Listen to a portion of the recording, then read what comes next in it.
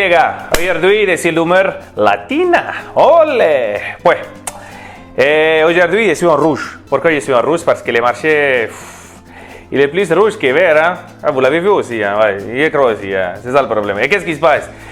L'ours et l'osso, et il joue à la torera. Le taureau, il passe, il olé, taureau, taureau. Et le problème, c'est que les boules, il ne veut pas reprendre les marchés. Hein? Bon, plus sérieusement. Le marché, mi-figue, mi-raisin, hein. On l'avait dit, volatilité, etc. C'est un peu compliqué, je trouve. Bon, l'objectif, c'est que là, j'ai fait une analyse du Bitcoin depuis 2013. Et l'objectif, c'est de vous expliquer un petit peu quelles sont mes conclusions. Ok, les gars? Vamos!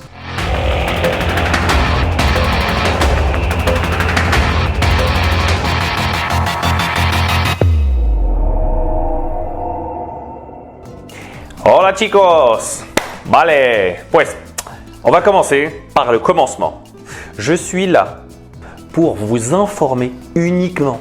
Je ne donne pas de conseils financiers.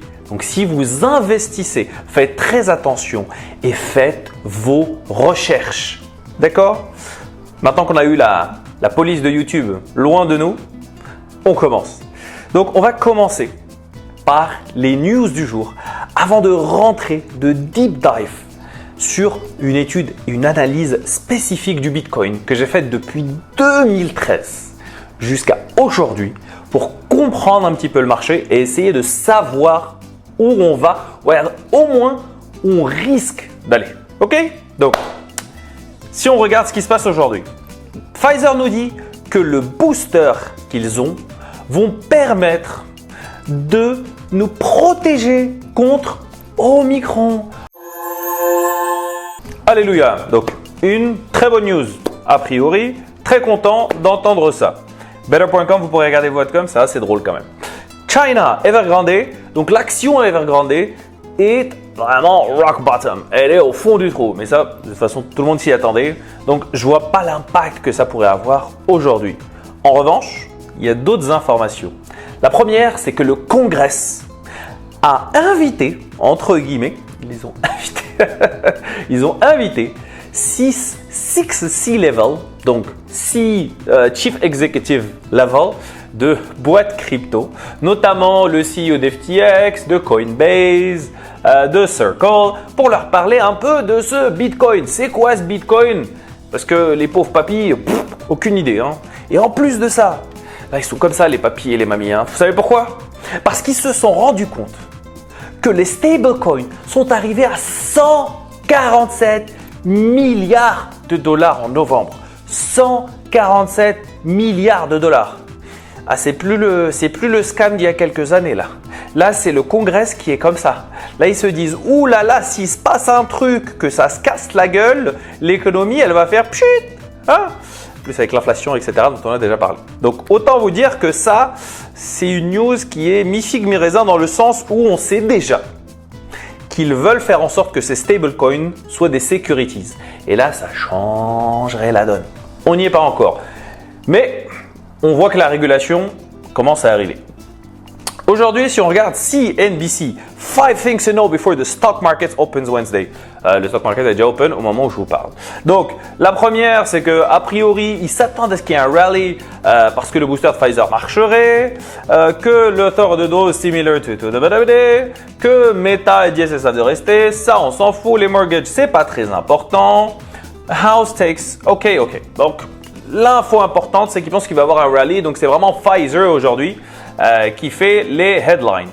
Et moi, le point dont je voulais vous parler et sur lequel on reviendra quand on va parler du BTC aujourd'hui, c'est l'investissement dans la blockchain et les cryptocurrencies. Mais avant qu'on y aille, je vous propose de regarder ce qui se passe un petit peu au niveau des marchés financiers. Standard & Poor's, il est à 0. Comment ça, 0? Ah bah 0. Non, il est à 0 dans le sens où il a ouvert ici à 18h30 my time, donc 15h30 Paris time, à 4545. Il nous a fait un beau up et après il s'est un peu calmé. Donc bon, là il est neutre. Voilà. il est neutre. On va voir ce qui va se passer. On va voir ce qui va se passer par rapport au marché. Il reste encore quelques heures, pas mal d'heures. On va voir ce qui va se passer dans les prochaines heures. En tout cas, le Standard & Poor's, il est ce qu'il est. Le Nasdaq, moins 0,28, donc légèrement bas. On va fermer ça. Et le RSI, pour l'instant, on n'en a pas besoin. Il est légèrement dans le négatif. Le CAC, aujourd'hui, il est dans le négatif aussi. Bon, on est en 4 heures parce que je vais regarder plus de détails. Mais grosso modo, le CAC, il était dans le rouge. OK? Bon. Donc, les news n'ont pas forcément eu, on va dire, le push escompté, surtout celui de Pfizer. Ce qui peut expliquer un peu le rouge, entre guillemets, d'aujourd'hui sur le Bitcoin. Mais voilà, l'objectif, c'est pas aujourd'hui, c'est pas petit time frame, c'est pas qu'est-ce qui s'est passé aujourd'hui, c'est essayer de comprendre plus largement. Et pour ce faire, on va partir sur ça. Et ça, qu'est-ce que c'est? C'est Bitcoin donc là on est en 2015 en plus, moi je suis allé beaucoup plus loin. Bitcoin en 2012. Donc j'ai commencé par fin 2012. Si on regarde sur fin 2012, ça c'est aujourd'hui. On regarde pas encore ça aujourd'hui. Là, si on regarde plus en détail, qu'est-ce qui s'est passé? Eh bien, dites-vous bien que Bitcoin fin 2012, le bull run a commencé aux alentours de, allez, on va dire novembre, ok? Donc, il monte, il redescend, il touche ça, il remonte, et là, il nous fait son gros rally, blablabla, blablabla, blablabla. Ok? Donc, c'est un petit peu le bull run de 2013. Sauf que beaucoup de gens se trompent sur la nature de ce bull run. Donc, pourquoi je vous dis ça? Si on prend notre petite règle, qu'on la met en bas, on va dire là, pas besoin d'être extrêmement consistant. Qu'on arrive là, on est quasiment à 3000% de up. 3000%. Ok? Donc, pourtant, c'est un petit bump. Eh ben non, parce qu'en fait, on est parti de 9 $ à peu près à 250 $. Et celui qui est venu, le leg qui est venu après, qui a l'air gigantesque, qui a l'air énorme. Bah pour le coup, si on reprend notre petite réglette comme on a fait, on le prend du bas jusqu'en haut, il est qu'à 900%. Donc un tiers à peu près, un tiers de celui d'avant. Donc, tout ça pour dire que voilà, il y a eu une première grosse leg, que ça a pris quand même du temps. Parce que les gens se disent 2013, ça a pris 2 semaines, 3 semaines. Pas du tout. Mais pas du tout les gars. Voyons, regardez. Ça a commencé là, ça a commencé à rally ici. On a eu notre pic 105 jours plus tard. 105 jours. Pas une semaine, pas 2. 105 jours plus tard. Parce que je préfère tenir. On est en weekly là, pas en daily. Si on reprend la même chose, là, on se dit que ça a commencé là et que ça fait boom là. On a 63 jours. C'est quand même 63 jours. 63 jours de up. 63 jours pour arriver au 900%. Ça fait 2 mois. Et entre les deux, donc c'était quand même la même année. Donc, sur la même année, on va regarder combien de temps s'est écoulé entre les deux. On est bien d'accord. Donc, entre ce pic-là et on va dire celui-là ou celui-là, peu importe, il s'est écoulé 238 jours, 34 semaines. Pour faire simple, on est à 9 mois d'intervalle entre les deux. D'accord? Donc c'est juste pour vous expliquer un peu comment ça s'est passé à ce moment-là. Après, 2 choses qui sont très importantes. 2 indicateurs qui sont très importants et qui vont jouer un rôle majeur sur les prochaines semaines. C'est le 34 EMA et le 21 EMA. Le 50 EMA est important aussi. Mais regardons le 34 EMA et le 21 EMA. On regarde, si on regarde ici, on est en 2012-2013, que le 21, qui est celui-ci. Ce que je vais faire, c'est que je vais même vous le mettre en gras. Voilà. Jaune et gras. Je dirais une frite. Bon, elle n'a pas l'air très bonne la frite, mais voilà. Exactement. Vous voyez, on voit bien là. Et qu'est-ce qu'on voit? On voit que ces deux indicateurs-là, ces deux moyennes-là, donc IMA, c'est pour Exponential Moving Average. Donc c'est un moving average. Donc ce qui fait, c'est que 21, ça veut dire qu'on prend les 21 dernières valeurs, les valeurs des 21 dernières semaines, qu'on les pondère, c'est-à-dire que les semaines, les prix les plus proches du prix actuel sont pondérés un peu plus que ceux d'avant. Et ça nous donne une courbe. Très bien. Et pareil, 34, c'est les 34 dernières valeurs. Donc, ces deux courbes-là ont joué les supports, surtout le 34 Exponential Moving Average, tout au long donc, de ce run-là. Donc, on voit bien, là, c'est trop petit, on ne va pas y aller. Donc là, il y a le pic, c'est redescendu, on est venu toucher et on est reparti. Très bien, on vient toucher et quand je dis c'est on est bien reparti. Et on se rend compte qu'en fait, à chaque fois que le prix vient en dessous du 21 et ensuite du 34, là, ça se gâte. C'est là où c'est pas bon. Donc là, déjà, ça crosse. C'est essayer de monter, ça a cassé, ça a cassé. Là, clairement, on était en bear market entre guillemets pendant 63 jours. Ensuite, le prix est remonté. Il a refait un petit pull, un petit pop, c'est pas un pump, j'appelle ça un pop. Il est juste pop. Voilà, comparé à celui d'avant. Si on regarde de là à là, ça a fait 60%. Donc, ça a refait pop pour redescendre. Mais vous voyez qu'entre-temps, même pendant les runs, tous autant qu'ils sont, il y a eu des périodes de bas, de reprise, de montée, etc., etc. C'est des choses qui arrivent. Sauf que au moment où on descend un peu trop bas, ça se gâte. Donc là, on est descendu, on est resté 1, 2, 3, 4, maintenant on a dit 63 jours en bas, on est remonté et en fait, on pensait qu'on allait rester. Et en fait, non. Et ce qui sera intéressant, pour le coup, c'est de regarder nos Fibonacci Levels. Si on regarde nos Fibonacci Levels, du bas, plus ou moins d'ici, qu'on monte jusque là, on s'est rendu compte qu'effectivement, comme ce qui arrive assez souvent avec Fibonacci, c'est qu'on est monté, on est descendu et donc c'est à peu près ce niveau-là, c'est même pas près, c'est ce niveau-là qui a joué résistance. Et donc le marché n'a pas pu passer, donc les boules n'ont pas pu récupérer le marché. Et là, on est parti pour la dégringolade. Donc la dégringolade, elle a bien dégringolé. Et si on avance là, on voit bien que dès qu'on a cassé les deux et qu'on a confirmé, on est resté un bon petit moment.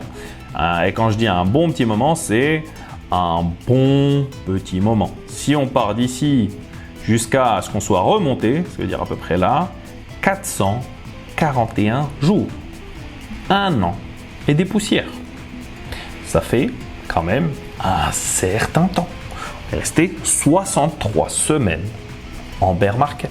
Donc, ça ne veut pas dire qu'il n'y a pas eu de up et down et que le marché, il n'y a pas eu des opportunités. Donc, on voit bien un petit up là, un down, un petit up, un down, un up, un down. Donc, il y avait des opportunités, il y a des petits trucs.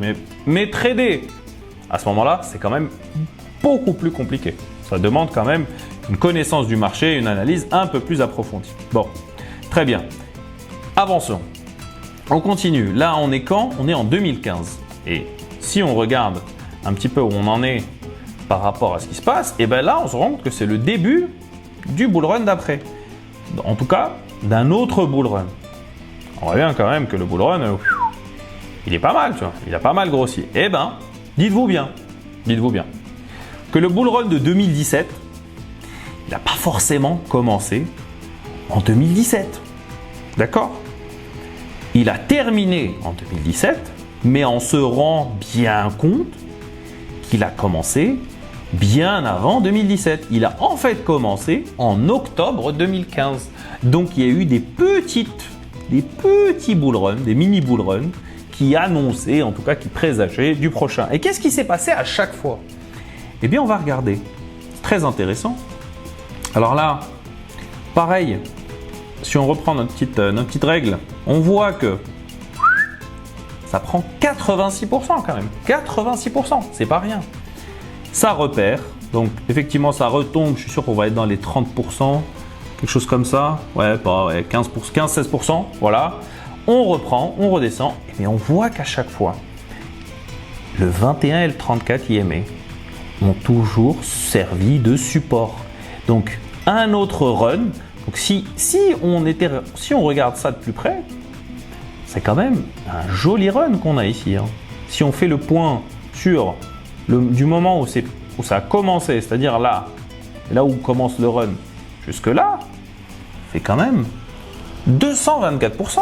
Moi, je crache pas sur 224% pour le Bitcoin en 266 jours. Donc, ça a pris quand même un certain temps. C'est pas quelque chose qui prend 2-3 semaines, un mois et bam, ça explose. Non, ça va graduellement, petit à petit. Mais qu'est-ce qui se passe après? Ça continue de monter avec des retours. Ça continue de monter avec des retours. C'est comme ça. Le marché ne fait pas que monter. Ça n'existe pas. Donc, qu'est-ce qui se passe ici? Les gens se disent, d'accord. Là, les gens se disent, oui, c'est pas cher. J'achète. Et l'arrivée là, c'est, ouh là là, c'est trop cher. On rebaisse le marché. Et là, les gens se disent, ah, là c'est bon, je reprends, je rachète, et je redescends, et je rachète, et je redescends. Et puis si on regarde donc le run en sa totalité, donc on peut cette fois-ci faire en sorte que la timeline soit plus petite, sinon on ne s'en sort pas. Pour le coup, on peut regarder ici, le run a commencé là ou là, comme vous voulez, mais pour moi il a commencé à peu près, même avant, hein, quand on regardait côté décembre, donc il a commencé petit à petit, pour monter jusque là. Et là, il nous fait 2500% si on le prend depuis décembre 2016. On pourrait le prendre un peu plus tôt. Mais depuis décembre 2016, depuis même octobre, on a vu, en avançant, en faisant grandir un peu ça, que le bull run a quand même commencé, celui-là avait commencé depuis bien longtemps. On a toujours été à ce moment-là, au-dessus de la 21 et de la 34. Vous allez voir en fait. Et là, donc on continue, on est redescendu et dès qu'on casse et qu'on est bien resté en bas, on est reparti sur un bear market. Pareil, donc bear market à peu près donc de janvier 2018 jusqu'à janvier 2019, donc une bonne petite année. Avant que ça reprenne légèrement, donc de février 2019 à peut-être juillet 2019, ça nous a fait un petit run, pas le truc gigantesque, mais un truc pas dégueulasse, 300%. Alors, dites-vous bien que personne ne le prend ici, personne ne vend là. Ça n'existe quasiment pas. Je pense que ça n'existe pas, très sincèrement. Donc, il y en a qui ont pris peut-être là, qui ont fini là, d'autres qui ont pris là, qui ont fini là, d'autres qui ont pris là, qui ont fini là. Je pense que beaucoup ont pris là et ont fini là, etc. etc. Donc voilà, c'est redescendu. Là, voilà, ça a confirmé la descente. Ça a essayé de remonter, ça a reconfirmé la descente. Essayer de remonter, reconfirmer la descente, etc. etc. Donc c'était très choppy. Donc on voit qu'on est dans une... voilà, ça monte, ça descend, ça monte, ça descend. On voit bien que la différence quand même entre le top et le bottom qui est là, il y a quand même 70%, ce qui est beaucoup. Ça a amené le Bitcoin de 13 000, quasiment 14 000 à 4 000. Ça fait quand même un gros delta. Et qu'est-ce qui s'est passé? C'est qu'entre-temps, effectivement, le Bitcoin, le cours jouait en dessous donc, de ces deux courbes. Très bien. Donc, ça remonte. Et ça, comme je vous disais, ça a commencé à descendre jusqu'à mars 2020. D'accord? Et en mars 2020, donc là, on se rapproche de ce qui se passe. En mars 2020, ça a l'air de bien repartir. Et qu'est-ce qu'on retrouve comme par magie? Eh oui, on voit que le cours monte et que là, ces deux courbes-là font office de support. Et donc, depuis, on va dire, le mois d'avril 2020, on a un nouveau run. Pourquoi? Parce que support, au-dessus, on se casse la gueule. Et là, qu'est-ce qui arrive? On arrive à aujourd'hui. Donc là, je peux fermer mon graphe et garder celui d'aujourd'hui. Si on reprend le chart, comme j'ai dit, donc on l'avait vu sur les années précédentes. Voilà pour, on va dire, de 2020 à aujourd'hui. Donc sur les 2 dernières années à peu près, ou sur l'année, on va dire, l'année et quelques qui est passée. Donc là, on voit, comme on l'avait vu tout à l'heure, si on regarde là, qu'effectivement, on était en dessous, on est remonté. Et là, on voit que la même structure se répète. Et là, on est en novembre 2020. Et on voit que ça remonte. On voit que ça remonte, que ça remonte, que ça remonte, que ça remonte. Faites pas attention à ces lignes, c'est pour plus tard. Donc que ça remonte, que ça remonte, que ça remonte. Et pareil, donc on redescend en dessous pendant un certain temps tout de même. On prend ça et là. Donc quand est-ce qu'on est remonté réellement? C'est là. Donc 77 jours, on se bat. C'est quand même 2 mois et demi. 2 mois et demi presque, oui voilà, 2 mois et demi, presque 3 mois, qu'on est resté en dessous. On a fait une timide remontée, donc on avait un all-time high donc à 64.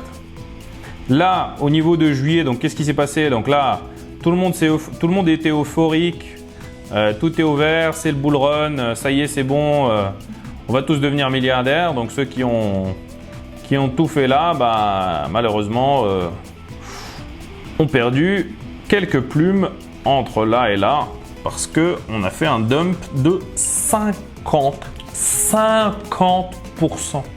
50%. Sauf qu'entre-temps, je le répète, il y a eu des petits dumps, voilà, de 2 semaines, ici, comme on peut voir, de 25%, presque même 30%. Si on reprend ici, donc qui était la semaine de février donc 2021, dump de 24%. Donc ces choses-là arrivent, mais on a toujours été au-dessus. Au moment où on commence à perdre le support, donc là, ça sent pas bon. Donc revenons à aujourd'hui.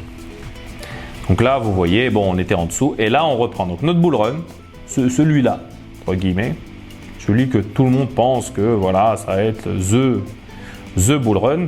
Il faut se dire que il a potentiellement commencé à ce moment-là, en avril 2020, ok, et il nous a fait 900% en un an et quelques, ouais, 57 semaines, ouais, en 399 jours, qui nous a fait jusqu'à mai, il nous a fait en un an, il nous a fait 900% pour se calmer un peu. Et pour ensuite repartir, et cette fois-ci on pensait tous, c'était la vision, que là on allait se faire une grosse leg comme c'était le cas avant. Sauf que le marché en décide maintenant autrement. Et ce qui se passe, c'est que voilà les zones importantes sur lesquelles il faut faire attention. Donc là, pour ne pas se retrouver dans la même problématique que ce qu'on a eu avant, et bien, les années d'avant, il faut faire très attention. C'est que là, on a quand même perdu au global 35%. Bon, c'était une week, mais on a perdu quand même 35%, ce qui est quand même pas négligeable. D'accord, 35 jusqu'à 40%. Là, on est remonté. Donc, heureusement, on n'a pas clôturé. Donc, pour moi, il y a 3 zones. La zone verte, ce serait qu'on repasse au-dessus de 52. Parce qu'on a quand même, on a une grosse résistance ici et on le voit. Et on va zoomer, vous allez le voir.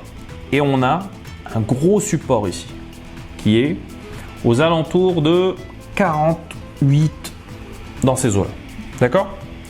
Et ça, moi, je l'appelle la dead zone. Ça, c'est la dead zone. Donc, c'est-à-dire que si on descend en dessous de ça, le ratio bull market, bear market, là, clairement, on est dans un ratio bear market clair. Et cette ligne-là, elle est marquée à 40 000. 40 800, entre 40 700, 40 800. Pas mal de trades ont été passés, etc. Donc ça, pour moi, c'est la dead zone.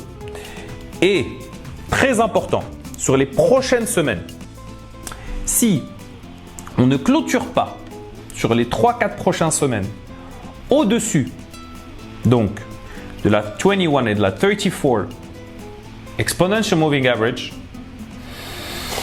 on ne va pas sur le bon chemin. Donc, pour l'instant, on est entre les deux. D'ailleurs, on voit bien que ces bandes-là jouent un peu les supports et résistances. Si on passe en daily, ici, on voit bien qu'on est vraiment entre les deux. Qu'on a descendu, qu'on a essayé de casser, qu'on est redescendu, qu'on a essayé ensuite de casser, qu'on est redescendu, qu'on a été rejeté. On est venu tester notre support. Et il y a une résistance. La première étant à 52, la deuxième étant à 54, 55, qui est celle en fait de l'IMA. Donc il faudrait, dans les prochaines semaines proches, c'est-à-dire 3-4 prochaines semaines, réellement que l'on puisse rebondir, c'est-à-dire que l'on puisse monter. Et ensuite, on peut redescendre, remonter, etc., etc. Ça ne pose pas de problème. Mais il faut absolument que l'on puisse remonter ça. Parce que si jamais on ne le fait pas, on va se retrouver avec de gros problèmes potentiels. Donc, si on n'est pas au-dessus de ça, et ben malheureusement, on va aller dans la dead zone. Et dans la dead zone, c'est le bear market qui attend. Donc, pour l'instant, je reste optimiste pour des raisons très simples. Je explique pourquoi. Cette fois-ci, on va revenir aux news. Ok? Si on revient aux news, il y a de plus en plus d'investissements dans la blockchain et dans la crypto. Et des investissements et des fonds d'investissement qui s'intéressent de plus en plus à la blockchain et à la crypto. Le Web 3.0 devient de plus en plus intéressant pour les investisseurs. Et pour avoir personnellement rencontré plusieurs investisseurs, dernièrement, ils n'ont qu'un seul mot à la bouche. Web 3.0, blockchain, NFT, Bitcoin, blablabla, bla, bla, que ça. Ils ne parlent que de ça. C'est la poule aux œufs d'or actuellement. Bon, ça a dû un peu les refroidir là, mais toujours est-il. Ensuite, on voit bien, ça c'est très important, donc le New York Times qui nous montre qu'en 2020, il y a eu 6,5 milliards de dollars investis sur les compagnies crypto. En 2021, on est arrivé à 27,4. On a multiplié par plus de 4 les investissements. C'est-à-dire que des institutions, des gros noms, des mastodontes, on regarde sur Crunchbase, Sandbox, ont levé 95 millions d'euros.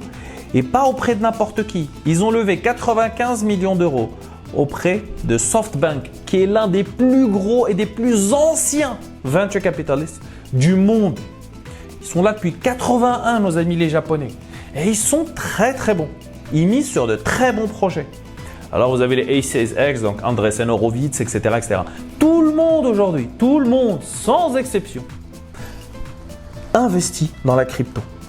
Donc personnellement, et ceci n'est pas un conseil financier, mais personnellement, de par mon expérience, je ne vois pas, même si eux investissent plutôt sur le long terme, je ne vois pas le Bitcoin dérouiller comme ça, descendre en bear market, alors que des milliards de dollars arrivent sur les projets Bitcoin, sur les projets crypto, sur la blockchain, etc., etc., et qu'il y a une narrative qui va avec ça, que les autorités sont un peu par rapport à ce qui se passe.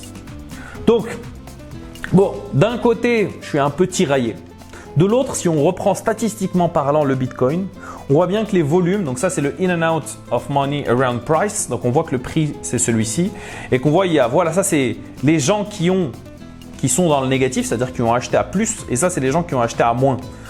On voit qu'il y a 44% des gens qui sont en moins, 55 ou soit 56% qui sont en négatif. C'est-à-dire que ces gens-là ont tout intérêt à ce que le marché remonte.